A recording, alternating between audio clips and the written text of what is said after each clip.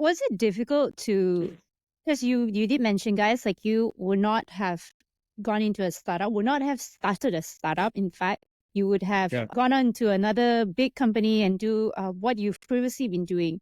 So now yeah, jumping into something completely new, was it difficult for you at the beginning? yeah. It's been the hardest 5 years of my life. Quite frankly, everything I've done till now has been easy. I think startups are hard, especially a blank sheet of paper.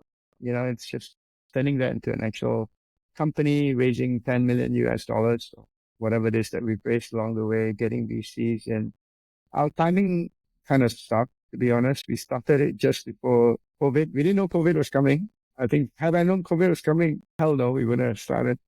So we almost ran out of money more times than I can remember.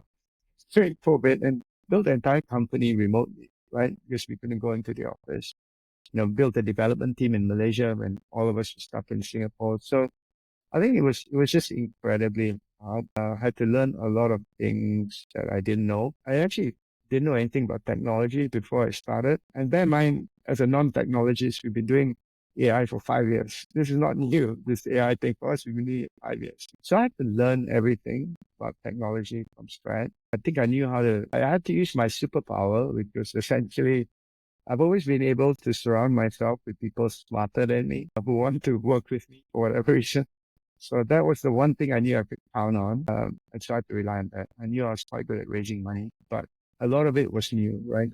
Also the experience of not having any infrastructure. I spent my entire career in big bulge bracket banks, right? Like UBS, Morgan Stanley, Barclays, it's all $100 billion companies. And even Fullerton was still 5,000 people. We had infrastructure, we had teams.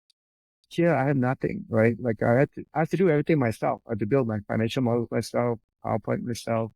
As a very privileged managing director or CFO, I have teams of people to do this for me, right? So it's been quite a new experience. And also, obviously, when you're a startup, you don't pay yourself a real big salary, so it's been a massive pay cut, right?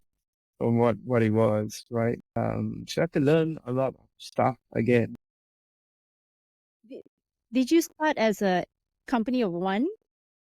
You never really start with a company of one unless you're suicidal, quite frankly. So the first task is once you figure out what you roughly want to do, you get co-founders. So I always have co-founders. I have two others at Nia. And honestly, they are the reason we're still around, right? I think left to me, we would have probably not survived past year one, right? But I have very good co-founders who kind of, share everything together. Yeah. Did you know from the very beginning, say for those who are running startups like me, did you know from the very beginning that this is actually what I'm going to build? No, I mean, the one truism is you pivot and pivot again. All great tech companies, speaking of tech, but I think more broadly about real businesses too. I think they all pivot. YouTube wasn't YouTube. Slack wasn't Slack. I think YouTube was a dating site, if I remember correctly. You know, all these things change and your ability to pivot is what matters. Even at Mia, I can't go too much into it, but we're trying to do another pivot. May not be the last one. Could be the fatal one, obviously, but you never know that, right? But it will obviously. Was it easy or difficult for you to get buy-ins for Mia? I mean, you grew the company and I saw you guys have raised your first round and you're expanding to Philippines, Indonesia.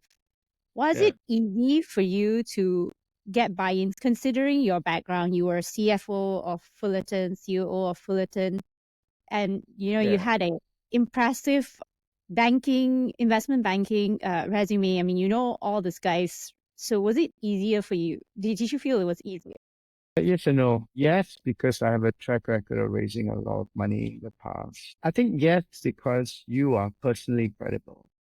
But no, because of the idea. The idea was so vast, to try and change health insurance, which is a big thing, right? You're not trying to change a small thing. But a small thing would be trying to fix one part of health insurance, maybe the claims process or maybe the customer experience, which is what most people try to do. They don't try to fix the whole thing. So I think from the idea that was an issue. Trying to build that particular company, which is really about infrastructure rather than a point-to-point solution. So it's very easy to kind of conceptualize an app, right? An app does one thing. It's easy, right? And you can just measure it by the number of people who download it. Whereas if you try to do infrastructure, these hardcore systems that essentially great. Once you're in, you make money for 10 years, but getting in is hard because these are mission critical systems without which the insurer literally dies. So are they going to buy from a 1-year-old company? So from that point of view, it was hard. It was also hard because, trying to raise money when you have no infrastructure. At Fullerton, I raised $250 million in like a week, right? To a perpetual bond. But guess what? I had Credit Suisse helping me. So I had a very good team, don't get me wrong. We still have to market it. We still have to get our roadshows and whatever. But it's a 2-day roadshow to raise 250 million. Right? Here you have to do 60, 70 VC meetings. So that's just VCs, right? And then each VC maybe have 3 meetings. That's only like 150, 200 meetings just to raise a small amount of money, like $5 million. So I had to get used to that. It was no longer going to be easy for me to raise these big sums of money. This was going to be a lot harder. So I think yes and no, right? There's personal credibility versus the company, and that's different.